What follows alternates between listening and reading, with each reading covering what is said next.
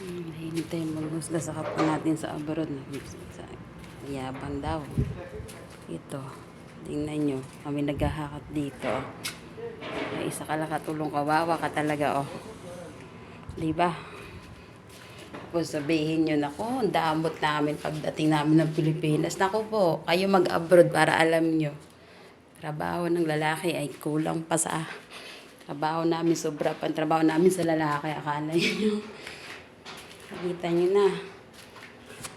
Pagod talaga. Sobra. Hamis. Kung hindi dahil sa pangarap mo, talagang sabihin mo, susuko ka, no?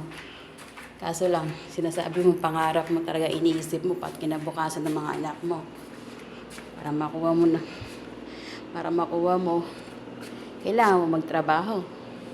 Hindi ka pwedeng tamarin. Hirap. Hirap tamarin.